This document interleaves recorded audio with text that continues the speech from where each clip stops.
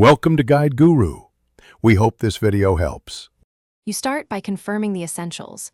Make sure your iPhone has enough free space, is on Wi-Fi, and has battery or is charging. Once done, open the App Store and tap your profile icon at the top right.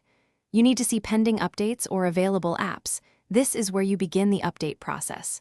If Roblox appears under available updates, you're ready for the next step, tap Update. If not, search Roblox in the App Store to continue. You searched or found Roblox in your updates list, so tap Update or the cloud icon to start downloading the newest build. While it downloads, the App Store shows progress. Stay on Wi-Fi and avoid switching networks to keep speed steady. Once the download finishes, the app will automatically install. If the button reads Open instead of Update, your version is current.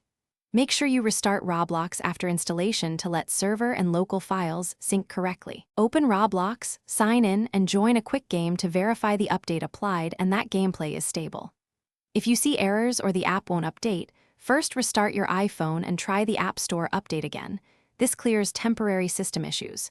If problems persist, offload or delete Roblox and reinstall from the App Store. This preserves or resets data depending on your choice. Remember, deleting is last resort. Only reinstall after trying.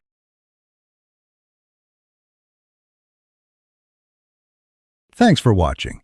Consider subscribing if we helped you today.